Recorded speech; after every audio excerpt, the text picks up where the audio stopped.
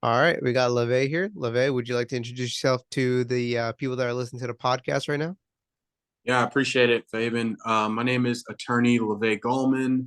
I'm a licensed financial advisor with Equitable Advisors, and I live here in Charlotte, North Carolina. Nice, nice. And can you explain or can you tell your story? Like, what was it like growing up? What was your environment like up to this point? Yeah, so I grew up just outside of Atlanta. Um, I found school to be pretty easy, which got me into trouble a little bit, mainly because I just didn't have an outlet to get my energy out. Yeah, Um, Started playing football and was able to get not like I never got into like any serious trouble or anything like that, but just like I guess just the normal stuff as far as being bored in class. But found football. Um, Football was able to give me an opportunity to go to college on scholarship. I got my degree in accounting from the Citadel down in Charleston, South Carolina. And then from there, I went into supply chain and distribution. Just because I didn't know exactly what I wanted to do, but I knew I didn't want to go into accounting. And then kind of found my way to finance from listening to podcasts, and knowing that it was an area that people needed help with. okay, nice. There's a lot of things right there. So like, you got a football scholarship, and that's how you mostly paid off your college with that. Yeah, I was able to get a full ride for football. I was not fortunate enough to be in a family where I had another way to go to college. So Hmm. it was basically football or bust for me to go to college. At least that's kind of how I thought about it, and that's probably what made me work as hard to get there. But yeah, Nice, that's interesting. And you say you didn't want to be an accountant. Why so? honestly, at the time, I was just not a good student. I felt like the idea of doing more education just didn't seem appealing to me, and the route was to be an accountant. Like the only route I felt like that was being presented to me was to be a CPA, which meant you had to go back to go get your master's and get some more credit hours. Hmm. I was like, that's just not sounding appealing to me. Wow. Okay. And what was the biggest struggle that you had during that early age of your life, like from 18 and so on in college? I would say probably figuring out how to study. Hmm. Um, because high school and below was so easy. I was kind of able to coast through those things and not. I feel like it just didn't really take much effort. But then, like going to college and realizing that some study is required to be able to get through. You're with a lot of people who are very intelligent, and I mean, I know that I'm intelligent, but you have to actually study and apply time there. So balancing study work and being an athlete was definitely difficult. Nice, nice. And like what kind of transition you towards entrepreneurship? Like you said, like you heard some podcasts, like did you read a book or what really, because a lot of people they say like real rich dad poor dad changed their life, or like what really did like trigger like, oh, I gotta head towards entrepreneurship. Mine was kind of weird. So as I said, I was working in supply chain distribution. I was actually living in Raleigh, North Carolina, working as an assistant manager, and I was always had my AirPods in, listening to the Dave Ramsey show. Funny enough, and one day I mean, he's always talking about like his SmartVestor Pros Yeah. for the people who have completed the baby steps and just needing help with investing their money, basically. And I was like, I don't know what that is, but I wonder who these people are and what they do. So I looked them up and found out those are financial advisors. And I was like, hmm, I had no prior knowledge of even like studying finance at all. Um, so I just started Googling, doing some things, but then something told me to just go on LinkedIn. Started looking at financial advisors around me, and found who's actually my mentor and manager now. But fortunate enough to find a company that is like a hybrid between like true entrepreneurship, but then they give you the backing of the company as well, to where it's not like a it's I would say it makes it to where it's like it helps your chances, I guess. Yeah. Where you have some source of income, but at the same time, they're not going to cap you, and you get out what you put into it, Mm. essentially. Now, what was one of the biggest mistakes you made as a first time entrepreneur? Honestly, just trying to do too much myself, not relying on the team that I have. Hmm. Um, yeah, that's what I would say. Wow. Okay. And what's like a piece of advice you would give to like people that want to do what you're doing right now? I would say to find someone that or someone that has achieved the level of success that you want to achieve, and really just plug in with them. I feel like community is like one of the best things out there. So just to find someone that can basically, my advice would be to find someone that can give you advice that has the level of success that you want. Nice. I like to do the same thing as well. I look at like it, what is this person's net worth or what is this person's ability that's like above or like what I want to be like, right? And I basically like say like, oh, teach me the ways because knowing like me or you would understand like, hey, I don't want to take advice from someone at my age or at my level. I want to look for someone that's above me or Mhm. that can actually help me out. And what is something that allows you like a lot of people like, oh, I need a mentor, right? But I'd say you need to give something back. What is a way to give towards your mentor if you have nothing to give? Yeah, that's a good one. That's a good one. I feel like you have to be creative. Like for me, being in the financial space, there's a lot of really successful advisors that have gotten success doing things the way that they've always been done. So by being younger and having a creative way of thinking, I feel like that's my value add is being able to think outside the box and be able to like provide a fresh set of eyes. Hmm. Um, I think that that's a good value add. Um, Especially if it's like what can you bring to the table for someone that has everything, you Yeah. know. I feel like you just have to be creative, so it's not really like a specific thing, but you just kind of have to be creative. And what makes you like different from any other like financial investor? Like what is your superpower? My superpower, Yeah. honestly, I'm just myself. I definitely know that there's not another me out there. Yeah. All advisors, I mean, there's some people you can get designations and that kind of thing, but to be actually an advisor, you have the same licenses, you go through the same studying and that kind of thing. And at the end of the day, someone works with an advisor typically for the knowledge that they have, but then I mean the relationship as well. You know what I mean? So Hmm. if you can get the same exact service from anyone, not most more often than not, if they're presented to you by two different people, you're probably going to go with the person that you feel most comfortable with, and that sort of thing. So I feel like just being able to be down to earth, and be myself. I like that. I like that. And like if you were to like uh start from scratch, what would you have done differently? Let's say you're back at 18. I think I would have like pursued my interest in finance earlier. Hmm. Um, Started to read much sooner. I did not enjoy reading, as I said. I Oh don't feel yeah. like I could it.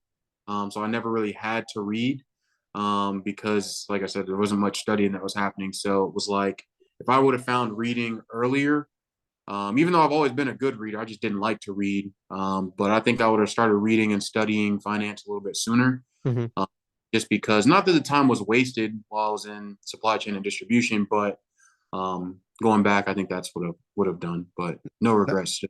no, you're good. And what was the most what were you scared of the most? I mean, walking away from your salary, I feel like is something to be said. Um, I feel like that was probably the scariest thing, and I mean, failing the licensing exams, that was Yeah. scary. To have walked away from a salary at the time. I was actually working for a roofing contractor as a salesman while I was getting licensed, and that was 100% commission. That was pretty scary just because at the time I'm just working, but at the same time studying. And it's like, well, if I fail my test, then now my timeline gets prolonged. So I'd say that was rough, but at the Man. same time, worked out.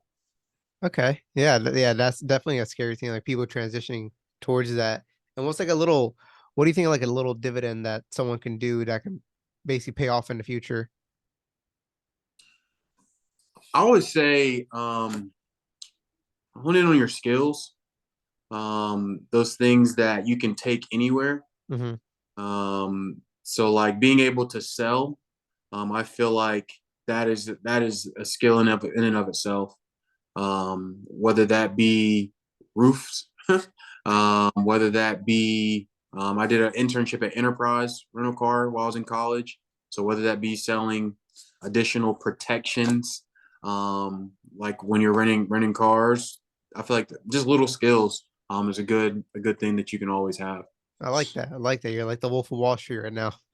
And uh now, But the way, yeah.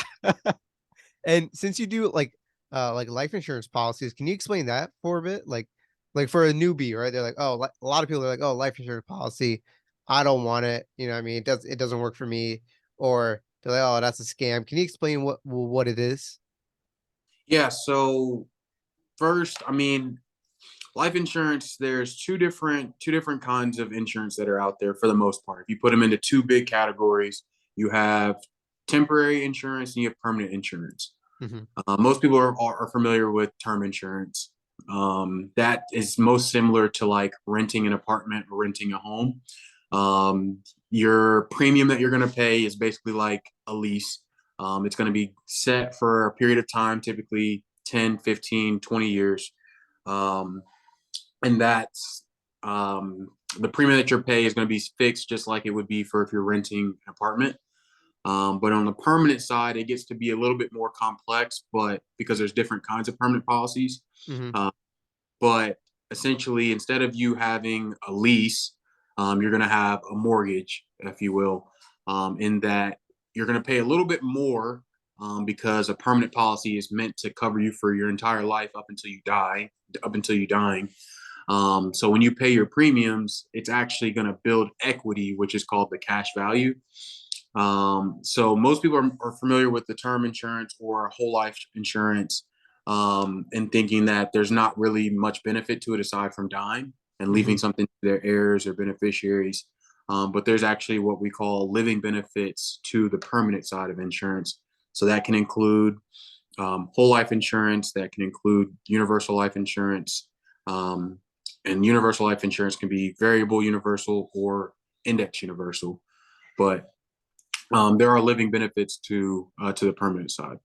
Okay. And since like let's say, what are the benefits of using either short term or the permanent side?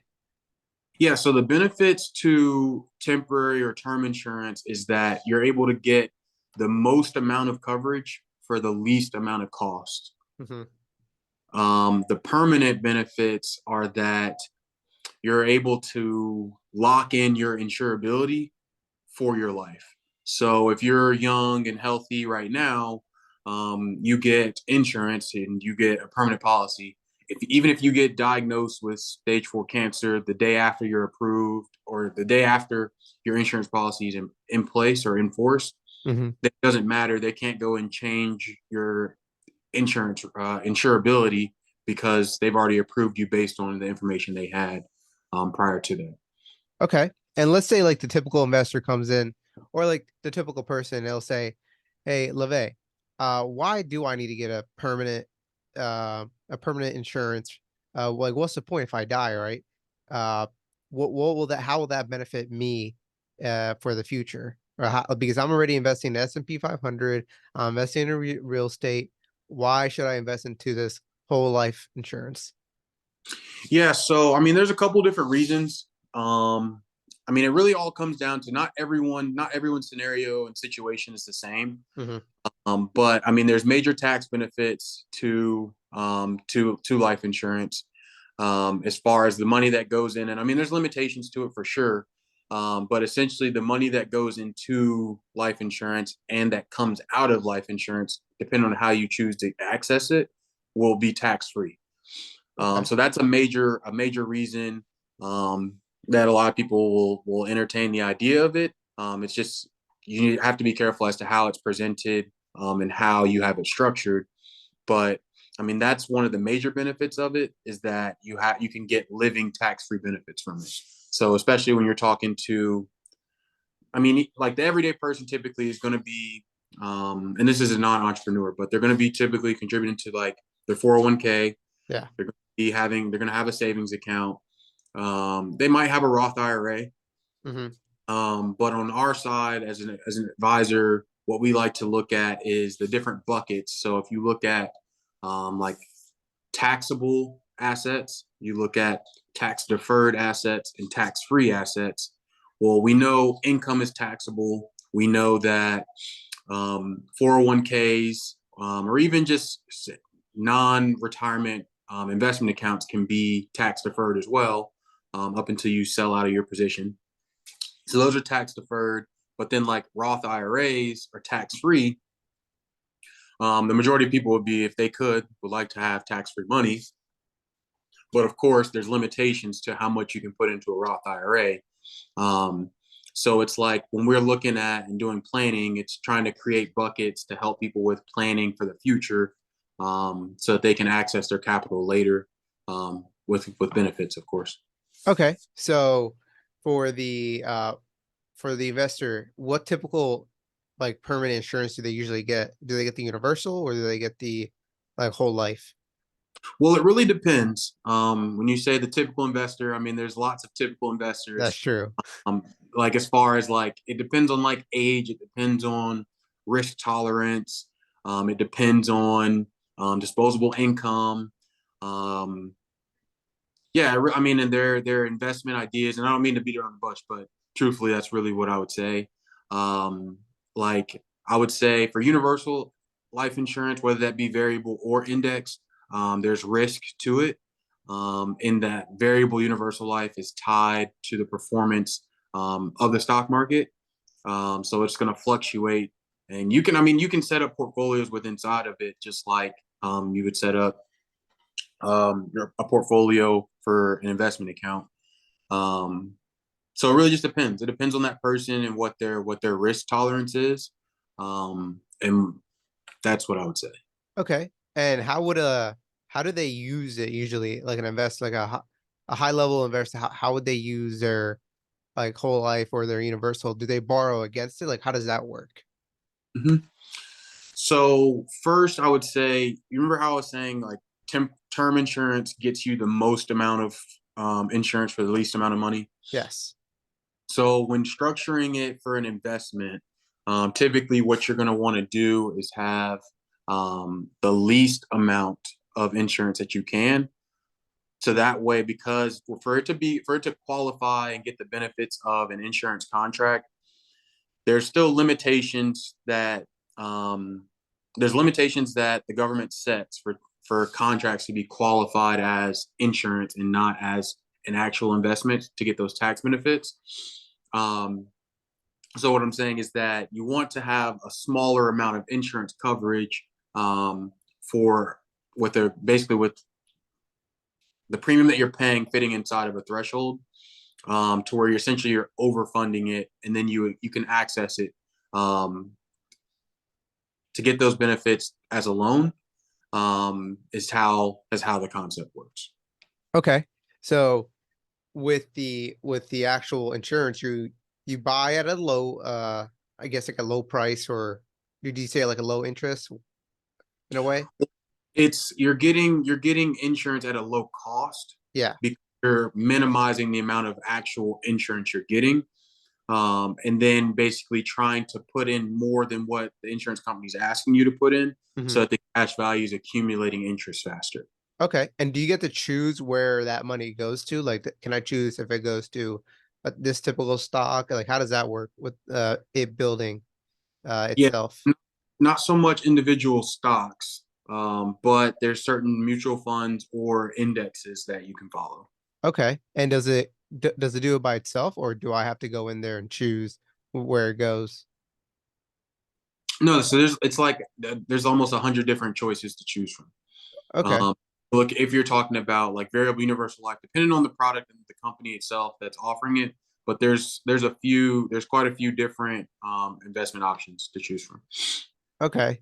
And since like let's say I build it over time, let's say 10 years from now, and I want to borrow against it, and it's when I'm borrowing it, like I'm getting a loan from my own insurance, is it is there like an interest rate on that or is it like really low? Like how does that work? Or like when is the Yes, time frame? to pay it all It off. it is a low interest rate, and depending upon, or I would say, depending on who the insurance company is, it's a low interest rate. Hmm. But typically, what you'll see in these insurance contracts is that there will be a stated interest rate within the first 10 years. But then there'll also be a loyalty credit or a credit of some sort, depending on the language of the contract, that they'll give you to basically lower that interest amount down. So, like, typically, like within the first 10 years, you might say the interest rate is going to be 5 to borrow, Hmm. but then they're going to credit you back 4 in those first 10 years. So it's a net of 1. You're going to be charged 1% interest, but then after 10 years, you can have an interest rate of 5 and then a credit of 5. So it'll be a wash loan. Wow. Okay. So Mm-hmm. even when you're borrowing, I guess you're still building uh your equity in your insurance, right? Mm-hmm. Okay. Wow. Okay. And why and how would what is the path that an investor can take? Like, oh, uh, if you really want to be successful in the whole wholesale life insurance, because they see this all a lot on TikTok or on YouTube, right? And it kind of looks a little fishy, but my guess from learning from you, Levay, is that you basically get the insurance and you wait it out. Let's say the longer you wait with it's like getting an LLC, right? It's like you want to get it early and play the longevity of it. So you wait, let's say after you pay it off every month, uh, you wait like 10 years and now you can now borrow like a couple grand from there, correct? Yeah, so the way to think of it is like, and I understand, like, being young, you think, oh, okay, like, to your point, why would I need insurance? It's only Hmm. going to be there for the people if I die, and if being young, you're not expecting to die, but even then, you're like, I have assets, my family can liquidate, that kind of thing. It's I feel like it's important to get it earlier the better. One, because you're typically going to be healthier, so your cost of insurance is going to be lower. But to your point, you can access the capital at a lower cost earlier in your life by getting it early. Does that make sense? Yeah. So I would say to your question, the best way to go about it, is that what you're asking me? Yeah. I would say, I mean, to have a conversation with, whether that be a financial professional you trust. I mean, a lot of advisors out there will do consultations, free consultations. You can ask questions and that kind of thing, to especially get into like the specifics of each and every, like the specifics of your situation. Hmm. That's what I would say. What I found is, like, advisors, because we have securities licenses, we play by a different set of rules than the average insurance salesman, life insurance salesman. So, like, there's a lot of people that are out there on TikTok and Instagram that are just like infinite banking, infinite banking, infinite banking, Hmm. because they're not regulated. So they're able to kind of give some misleading information, when truthfully, it's like, if you have a conversation with someone who is a fiduciary and so forth, you're able to find out more and feel confident in the decision you're making. Nice. And what route are you taking in your own life insurance? In my own, Yes. so for me right now, I do have term insurance. Hmm. And I say that because, one, the cash flow right now, until I feel confident in moving over to permanent insurance. And it's not like there's flexible premiums, but because I was just wanting to get insurance in general, like, over this summer, I was like, I'll just get some term insurance. And then from that, um, learning a lot more about permanent insurance and the differences and nuances. It's something that I'm wanting to get sooner than later. Um, but yeah, that's where I am. Nice. And can you have multiple Mm-hmm. insurances? Okay. Mm-hmm. And can you speak about how your sister and Ryan, how what are they looking like with their own insurance policies? Unfortunately, I can't talk about. Oh, Can't do that. okay, can't do that. All right. Now, can a typical person can they whenever they get their insurance, can they sell it? Can they do anything else with it? Can you sell, like, your insurance policy to someone else? Yes. You can. They're actually what they call viatical. What are they? Viatical partners, viatical. There's a term out there, but they're people who are heavily regulated actually because um, of basically like you can misuse it. But what are they? Viatical settlements, viatical agreements. You can, but it's not something that's advertised. It's typically it's going to be in like a rare scenario where someone has lots of insurance on themselves and they get sick Hmm. and are needing the money before passing away is typically when that's used. Okay. And if I was, let's say I were to get insurance right now, I'm a typical guy, I got low rates because I'm young, right? And a lot of the people, listeners that listen to this, they're usually like 18 to 26. And they're like, okay, if I were to get this insurance or like a whole life or anything, what are the cons or what are the negatives? Like if they missed a monthly payment, will that damage them a lot? Like how would that work? Yeah, so when we're talking about the different permanent insurance contracts that are out there, the different types of permanent insurance, whole life is one of the oldest permanent insurances that are out there. Universal life is actually much newer, but whole life is a very fixed contract. The stated premium that they're asking for, you have to pay all the way up until you die.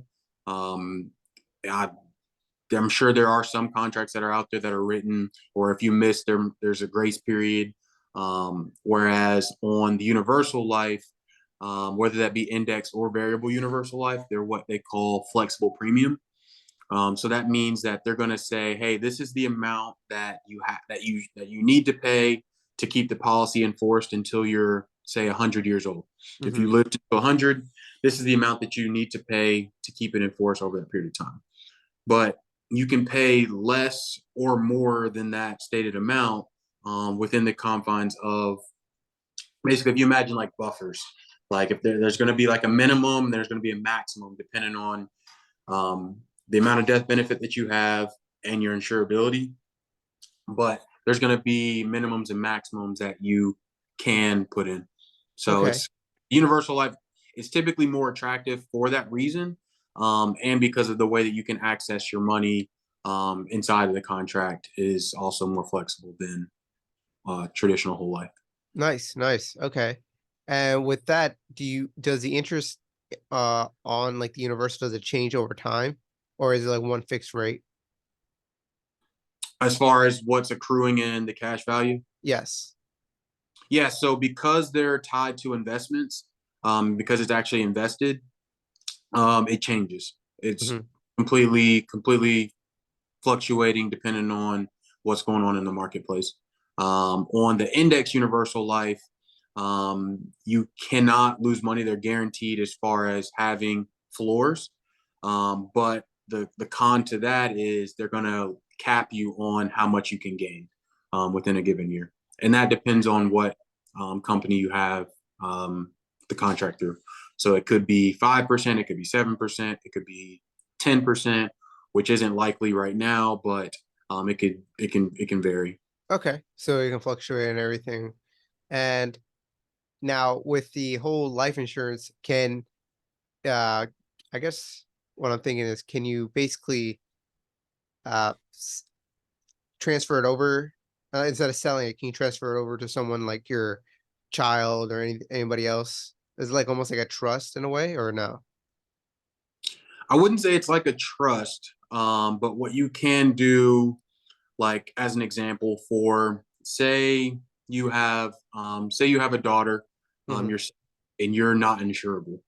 You like the idea um, of permanent insurance, and you want to get it. You like the investment ideas of it, but you're not insurable, and the insurance company has denied you.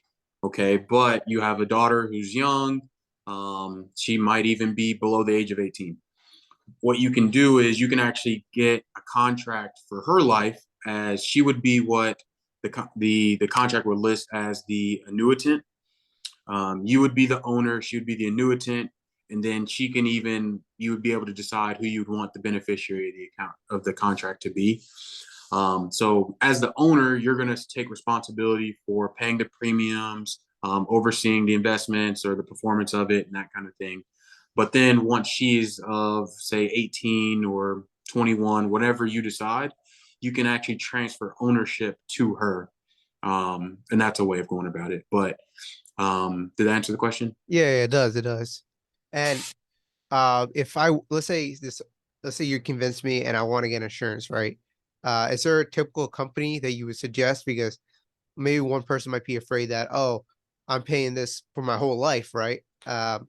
What if that company just goes bankrupt or it just disappears one day? Does that mean my money disappears as well? Yeah, so I have access, me personally, I have access to basically almost all of the insurance companies that are out there. So whether that be the Prudentials, the Delaware, the Equitable is a life insurance company. I have access to all of them essentially that don't have proprietary products. So what we do is typically we'll go and look to see who has the best rates, who has the best, and it's not saying that we'll go find a newer company or anything like that, but it's like who has the best rates and the best reputation. Yeah. And what you'll find is there's insurance companies that have been around for a very, very, very long time. And somehow, some way, because insurance companies are who they are, I mean, they're even trusted with banks' money. I'm not sure how familiar you are with the 2007, 2008 crash, but Yeah. I mean, AIG is literally one of the largest, if I'm not sure where they rank as far as size of insurance companies, but I mean, they were one of the companies that got bailed out during then just because of the ramifications if they were to go bankrupt. And it's not saying that they can't, but it's just something that's typically unlikely. Okay, okay. And now is it an easy process to pay for like the whole life insurance and pulling money out of there? How would that work? Because Fidelity, uh, Vanguard, and all that, they have their own apps.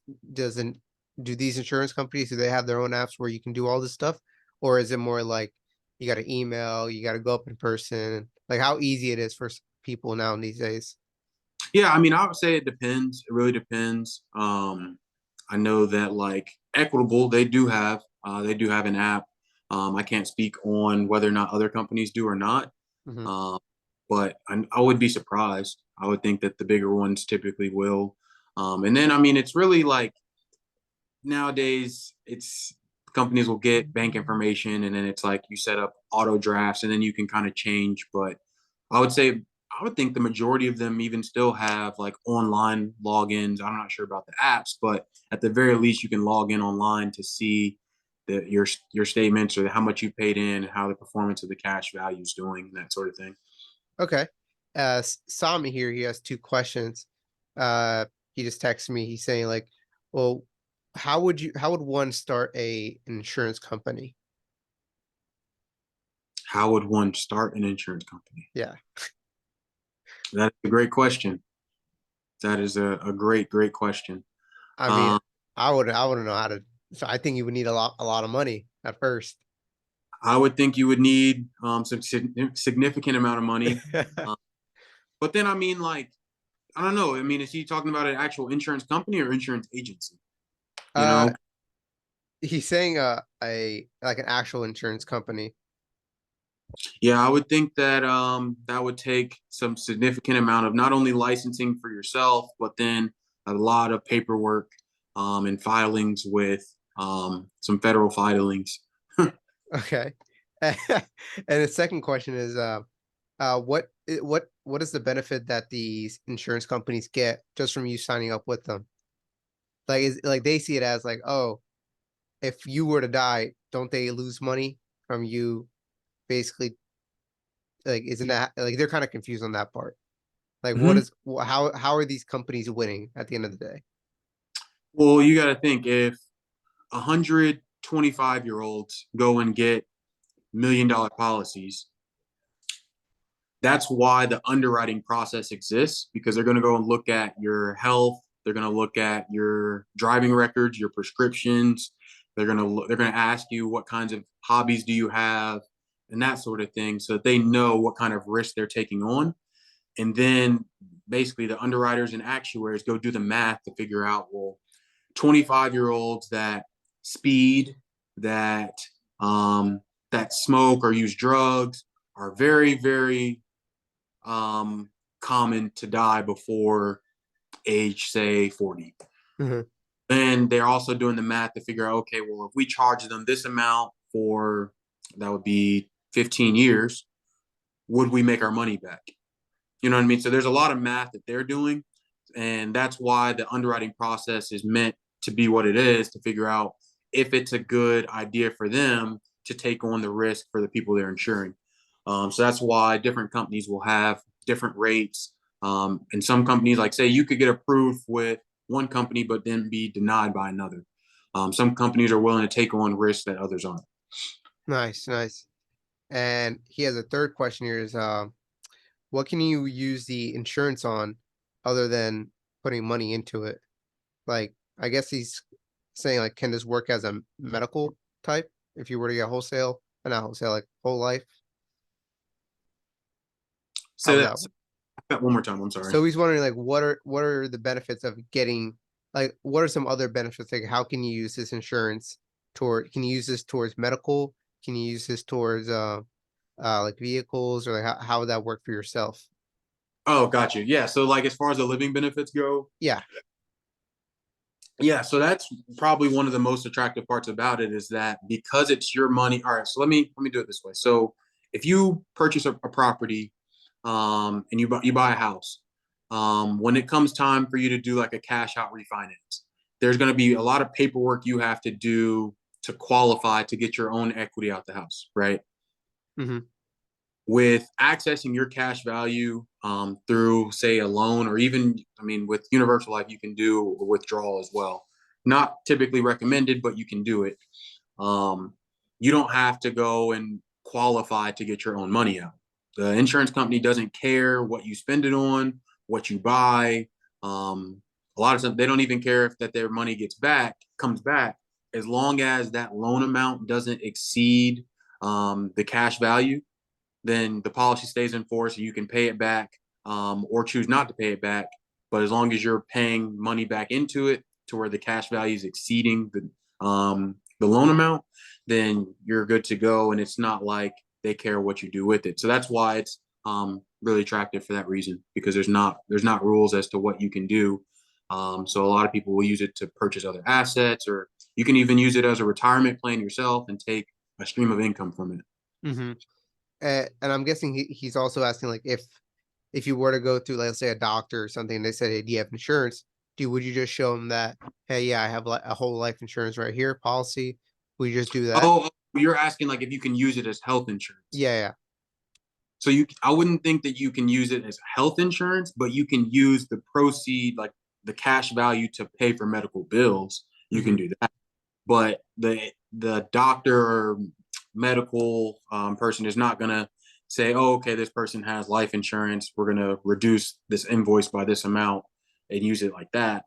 But you can essentially access your cash value to pay for whatever bills that you have. Okay, nice, nice. And uh, how would you say someone should take in getting started into the whole life insurance policies? Should they go seek someone's help, like yourself, Levay? Yeah, I mean, I would say definitely to have a conversation. Have a conversation with whether it be myself, another advisor, because to be an advisor, that just means that you're registered with insurance and securities and investments. So I would say that would be my starting point, just to go and ask the questions. Um, and then that way you feel informed to make a decision. I mean, that's all an advisor's job is to do anyway. So I think earlier you said if I were to convince you, it's not for me to convince you, Hmm. um, more so for me to have a conversation to understand what you're looking to accomplish. And then it's their job, or the advisor's job, to create that strategy, so you feel informed to make a decision. Nice. And what is usually like the typical client? What is their biggest fear in getting like these types of life insurance? Or Well, the biggest thing that's actually like stopping them from getting it? I mean, there's a lot of misinformation that's out there about how to do it, where you should get it from, if you're doing it right. Hmm. I mean, some of the senior advisors that I work with, they say a lot of times these will go wrong, and it's all user error. And it's not saying a lot of times they'll go wrong as if they don't work, but people will get into the contract and then forget the reason that they have it. So all of a sudden, the goal was to overfund it, to have a significant amount of cash value, and then an emergency comes up, or maybe they um, basically they go against the plan that we set up, and then they're like, well, I need to access all of the cash value, and I don't have money to put in there. And if that's the case, then you're taking out all of your leverage. You know what I mean? So then you can essentially over leverage yourself, and then the contract then is what we call blowing up. Um, so I don't think that that's something that people see so much on the front end, more so, but and while you're going through it. So there's definitely, I mean, there's definitely risks to it. Hmm. And I would say, I mean, it really just depends case by case, and that's why typically advisors aren't just like saying, "Oh yeah, this is for everyone. Everyone needs to get it," because we have to do our own due diligence. But to answer your question simply, I feel like what may be holding a lot of people back is just the misinformation and feeling like it's confusing, paralysis by analysis. Gotcha, gotcha. Okay, that makes sense. And now for yourself, Levay, like, uh, what do you see yourself in the next like 5 years? In the next 5 years, I definitely see myself continuing as a financial advisor, but also growing my real estate portfolio as well. Hmm. Uh, I don't see myself as having any children in 5 years, um, but really just being a better professional and partner. I would say um, what that really means. I just want to just be fulfilled in the work that I'm doing, and be a better resource for my friends, family, my clients. Um, yeah, but also still feeling very much fulfilled in my everyday life. Nice. And where are you trying to, where are you at right now with your real estate? Do you have some properties that you own right now? I do not. I do not. My experience right now is in the wholesaling game. Yeah. That is actually what I'm helping and learning actually from Z and Ryan with. But that's where I am. Okay. Can you speak more about that? Like, what did you learn so far through the wholesaling route? As far as really, it's just action, taking action. Hmm. Um, there's a lot. Again, it's there's a lot of information that's out there, but it's really all useless and worthless if we're not taking action. Yeah. And what are some of the tools that you're utilizing now towards wholesaling? Because I'm guessing like you're a pretty busy guy doing life insurance and being a financial uh guide and also doing wholesaling as well. That's a lot of commitment. So what kind of tools do you use for wholesaling? Well, I mean, like my tools right now that I'm using is really being able to be in like a different marketplace from Z, even Okay. though that they're down in Fayetteville and I'm here in Charlotte. Just being able to go to the local REIA meetings. Hmm. I feel like that in and of itself is a tool. Being young but being humble enough to go and ask questions. I don't know if that's giving you an answer, but I mean that's a tool. No, that's Uh, good. That's good. So you go around talking to people. Have you found any properties doing all that? yeah, I mean they're not so much as just specifically from going there, but even then, I mean like any given Wednesday morning, someone can show up and say, "Hey, I have a property that I'm selling." They're not paying agents, so they're the owners of it. So opportunities definitely come from it. Yeah. Nice, nice. Okay. And with the whole wholesaling route, do you in the next 5 years, do you expect to own some real estate yourself, or do you want to see if you can enlarge your whole wholesale campaign? Yeah, no, I'm looking to wholesale and use the capital from wholesaling, but then also the capital from just working as a financial advisor as well, to do some buy and holds and have some rental properties. Nice, nice. And why'd you want to get into real estate in general? There's just some freedom to it. I like the idea of having the freedom and flexibility of it, and it's something. I mean, it's something that you can own, something you can give and leave a legacy with. And I think there's something to be said about that. Yeah, I agree with that 100%. And what's like the biggest fear decision that you've made that paid like the biggest outcome? The biggest fear decision that I've made that Yeah. made the big. Hmm. Man, quitting, I'd say probably quitting my job March of last year. March of last year, deciding to get licensed as an advisor and up and moving to Charlotte. Yeah. I mean, still, I'm just over a year in doing so, and I mean, I feel like it's been still exponential so far, and I mean, to be within 2 years of doing so, I feel like it's something to be said. Now, is there any advice for people that are actually going through that stage right now? Because I can imagine like there's some people right now, like for example, the military, right? They're trying to leave the military, and they're like, "Well, I don't even know what I'm getting myself into." They're like, they're been in the military for like 4 or 8 years, and they're like, "Oh, what's out there?" Like they're confused on what to do. Any Yeah, advice on that? yeah. The one piece of advice I would say is to just have a manage your budget to where you don't like manage your budget to a way that it can be stressful to not know what you're going to do, yada yada, but you can kind of figure out what the next step is, and how long you have to catch on to the next move. If you have cash saved up, you know what your expenses are going to be. um, that's kind of my thought behind it, is like it's gonna be scary no matter what you do. Hmm. It's going to be scary. But if you've got some cash saved, if you know you're not going to be spending all your money going out and just living up the time of your life while you get on your feet, then that definitely will make the process a little bit easier. Nice, nice. Okay. And now we can move on to the ending questions here. So, Levay, if you can go back in time and ask your younger self something, what would it be? Or tell your younger self something?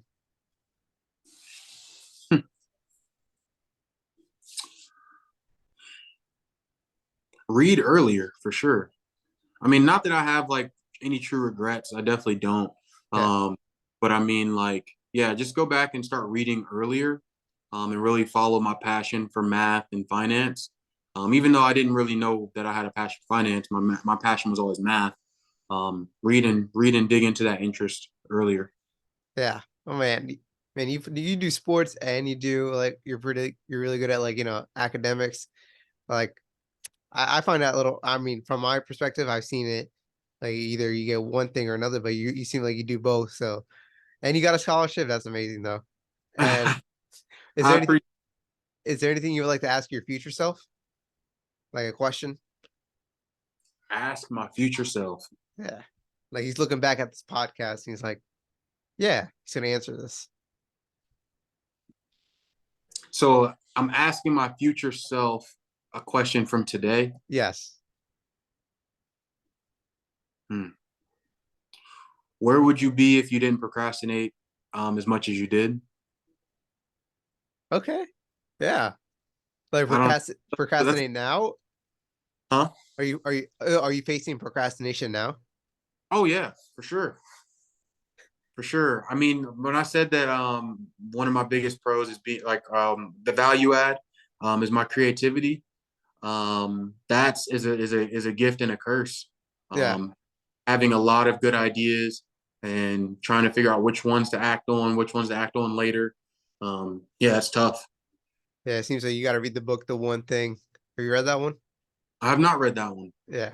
I forgot who's it by, but it's one of like a popular book that people read. Like I'm facing what you're facing, right? Like, oh, all these ideas, but the book suggests like, hey, main idea is basically focus on that one thing that's the most priority, Hmm. and it'll like 5x your or 10x whatever you're trying to do. Hmm. And what do you think the secret sauce is? The secret sauce into being successful? Persistence.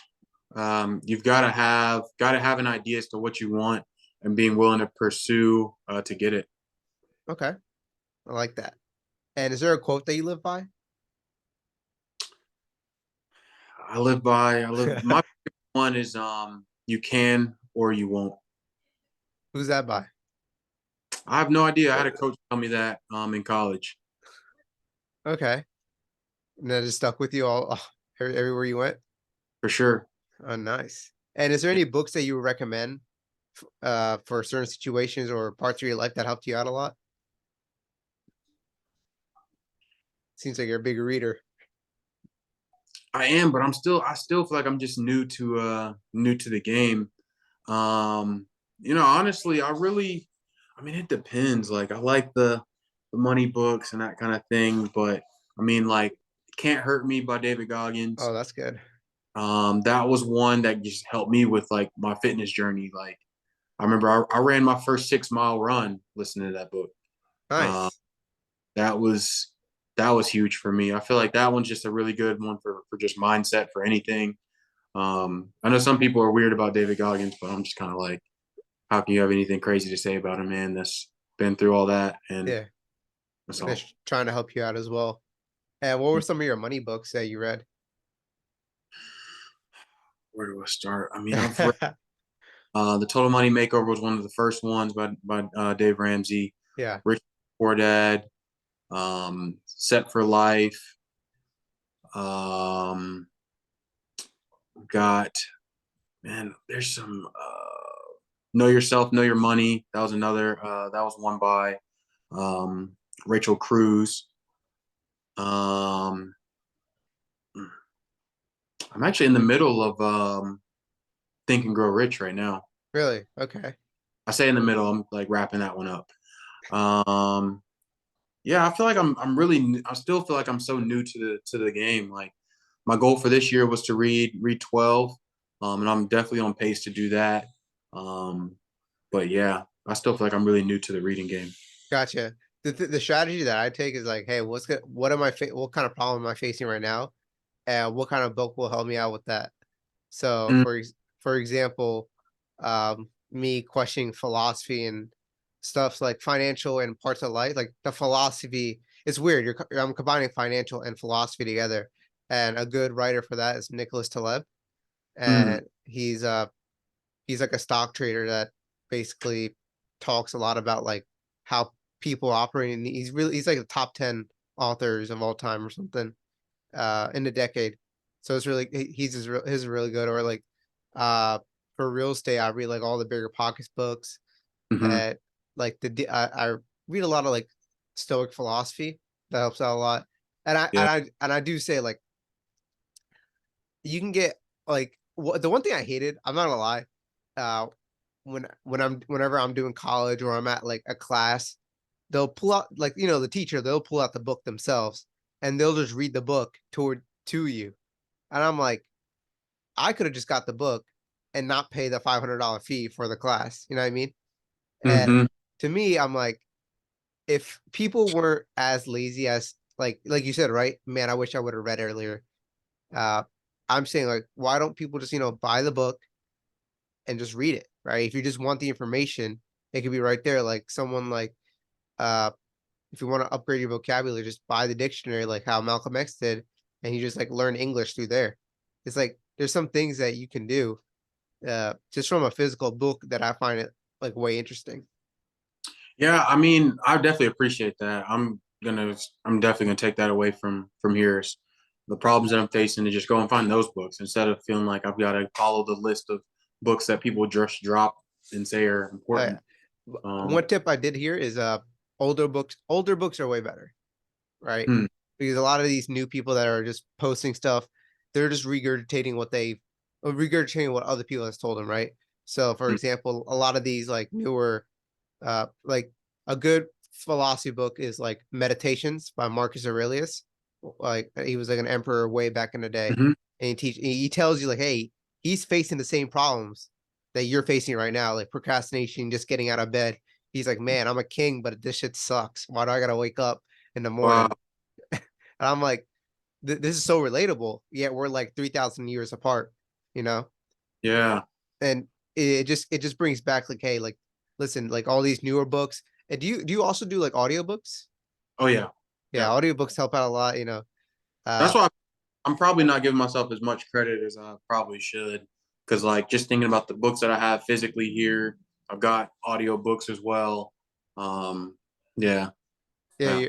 and I there's another thing that I heard is like if you have like a really good book, like read a book 10 times rather than reading 10 books one time, you know? Mhm. And I kid you not, if you do that, you'll obtain a lot more information than reading somewhat same like books over and over again. You know what I mean?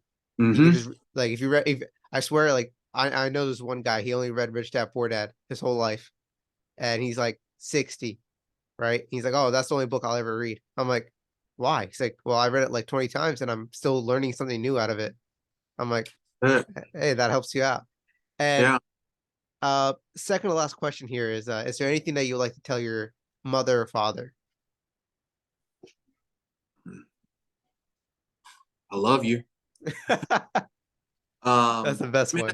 that's a tough one. I mean, my mom is still living, and my dad passed away at a time where I felt like I wasn't mature enough to have the kind of conversations I Hmm. really want to have now. But at the end of the day, the only thing I really feel like, I mean, I tell them, I mean, I told my dad, and I still tell my mom, I love you. I feel like that's the thing that really matters, and I'm wanting to continue to make them proud. Yeah, I love that. I love that. And how can people reach out to you? Yeah, I mean, I'm on social media at the Real Attorney, whether that be on Instagram, Twitter. But I mean, as far as like business questions go, and wanting to like actually find out like more information about what I do professionally, I would say email is probably the best way, or by phone, Hmm. just because of like tech. We're not really supposed to conduct business at all, or I should say, we don't conduct business at all on personal Instagram accounts. Um, I do have a business Facebook. You can look me up, Attorney Levay Gallman. My email is attorney.gallman@equitable.com. Hmm. Uh, I mean, my cell phone number, I'm more than happy to share that as well. 678-982-8231. But however you can find me and get in touch with me, I'll be sure to guide you and say, hey, this is the best way to have this conversation, just to make sure I'm staying in the lines of my professional business. Gotcha. Thank you, Levay. You're very professional. I do see that. I can't not imagine you of not being immature. I appreciate it. I appreciate it. I'm just trying. I'm trying not to get fired on my day off. Oh, gotcha. And yeah, thank you for being here. It means a lot. Oh yeah, for sure. All Feel free to reach out. Look forward to staying in touch. right.